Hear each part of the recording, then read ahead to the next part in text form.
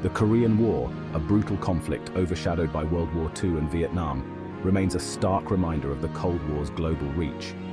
This war, often referred to as the Forgotten War, was a significant chapter in the 20th century, shaping the geopolitical landscape in ways that are still felt today.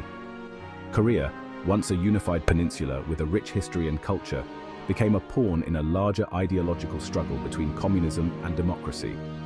The Korean people, who had endured decades of Japanese occupation, found themselves caught in the crossfire of superpowers vying for global dominance.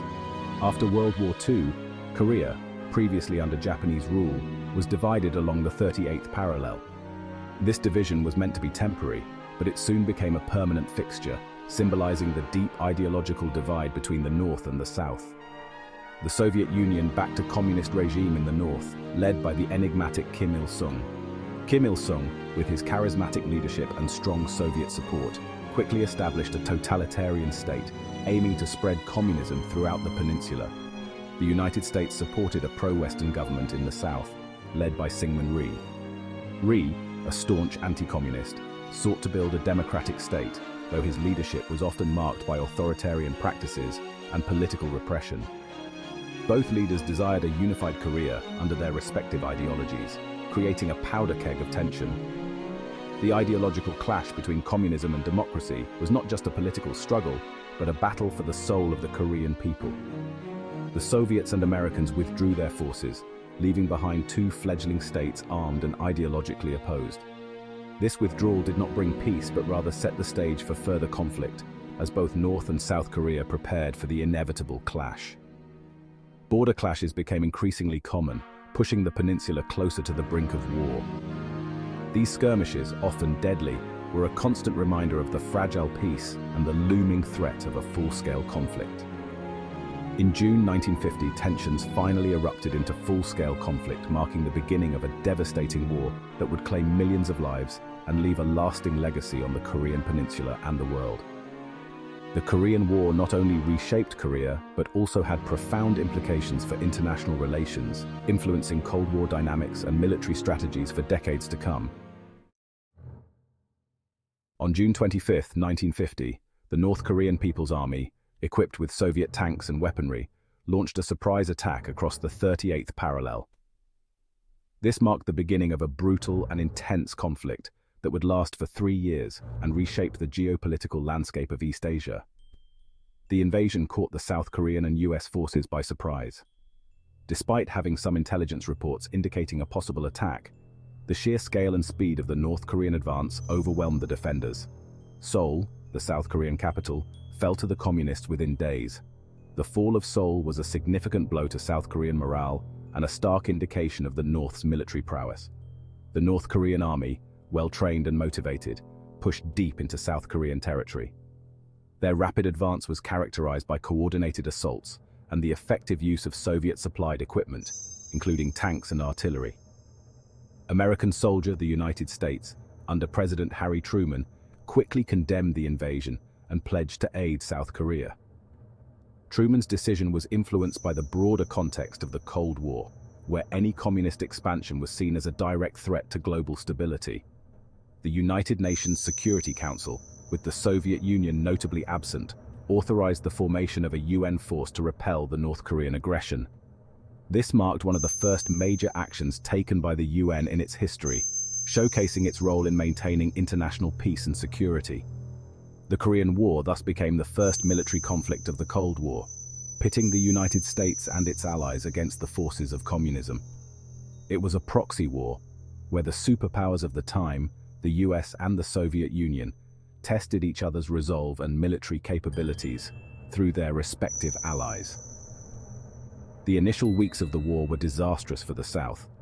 The North Korean forces, with their superior numbers and equipment, inflicted heavy casualties and captured vast swathes of territory. Outnumbered and outgunned, South Korean and US forces retreated in disarray. The retreat was chaotic, with many units becoming isolated and cut off from their main forces, leading to further losses. The world watched with bated breath as the Korean peninsula became a battleground in a conflict that threatened to escalate into a global war. The stakes were incredibly high, and the fear of a broader confrontation between the superpowers loomed large over the international community. The Korean War was not just a regional conflict. It was a critical moment in the early Cold War era, setting the stage for future confrontations and shaping the policies of nations around the world. By August 1950, the North Korean army had pushed the defending UN and South Korean forces to the southeastern tip of the Korean peninsula. The situation was dire, with the North Korean forces advancing rapidly and the defenders struggling to hold their ground. A desperate stand was made around the port city of Pusan, forming a defensive line known as the Pusan Perimeter. This line was the last hope for the UN and South Korean forces to prevent a complete takeover by the North Koreans. The perimeter, stretching for 140 miles, represented the last bastion of South Korean and UN resistance. It was a formidable line, but the defenders were outnumbered and outgunned, making their task incredibly challenging. Supplies and reinforcements poured in through the port of Pusan, bolstering the beleaguered defenders. These supplies were crucial, providing the necessary resources to sustain the defense and keep the troops fighting. American soldier media, US air power bombing. North Korean advance, air raids on enemy supply lines in Korean War. US air power played a crucial role in slowing the North Korean advance, bombing enemy supply lines and troop concentrations. The air raids disrupted the North Korean logistics, making it difficult for them to maintain their offensive momentum. On the ground, fierce battles raged as UN and South Korean troops fought tenaciously to hold back the communist onslaught. The fighting was intense, with both sides suffering heavy casualties, but the defenders were determined to hold their ground. The Battle of Taegu, a pivotal engagement within the Pusan perimeter, saw American and South Korean forces inflict heavy casualties on the North Koreans, buying precious time for the defenders. This battle was critical in preventing the North Koreans from breaking through the perimeter.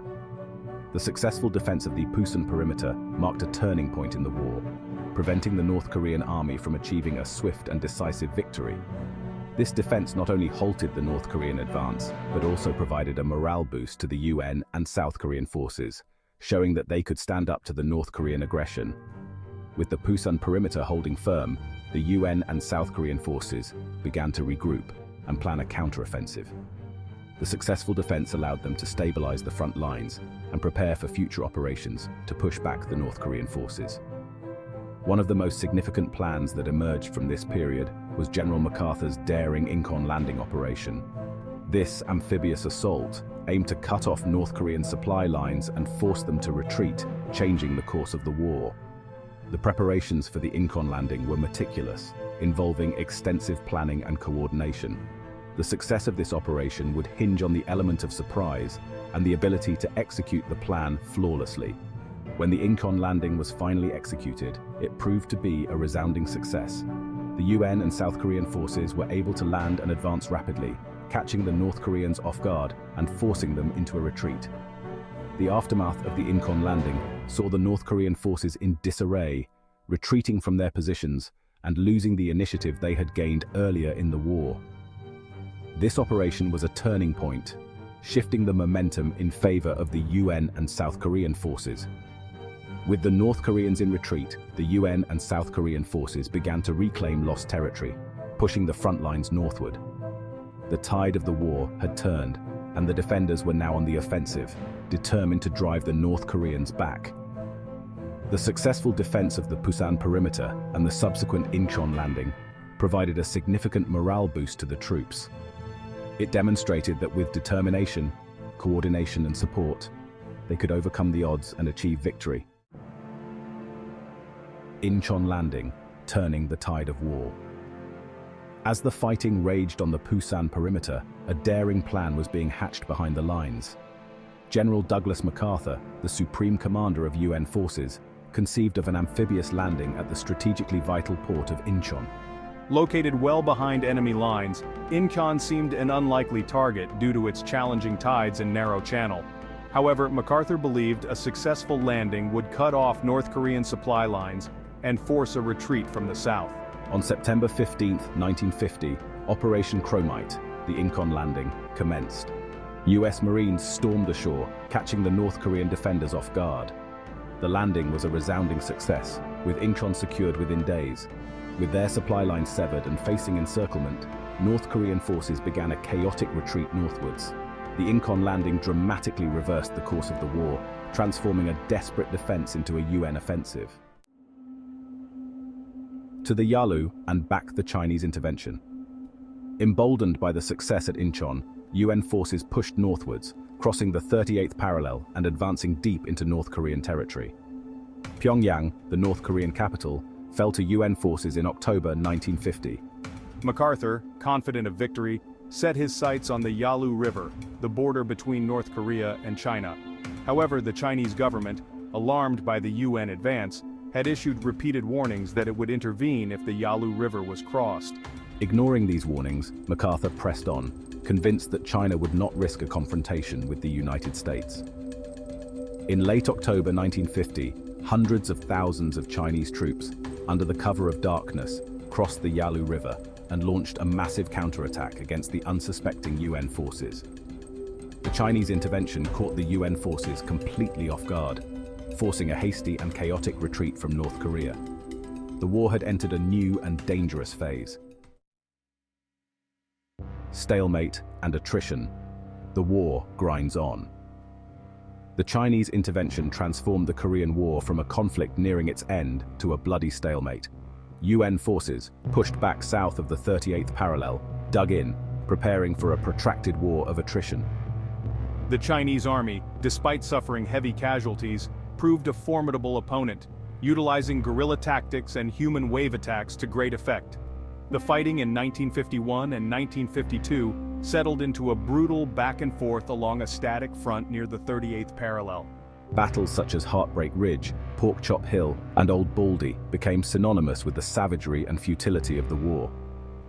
Negotiations for a ceasefire began in 1951, but dragged on for 2 years, hampered by disagreements over prisoner exchanges and the location of the demarcation line. Finally, on July 27, 1953, an armistice agreement was signed, ending the fighting, but not the war. Korea remained divided, a legacy of the Cold War and a stark reminder of the human cost of ideological conflict.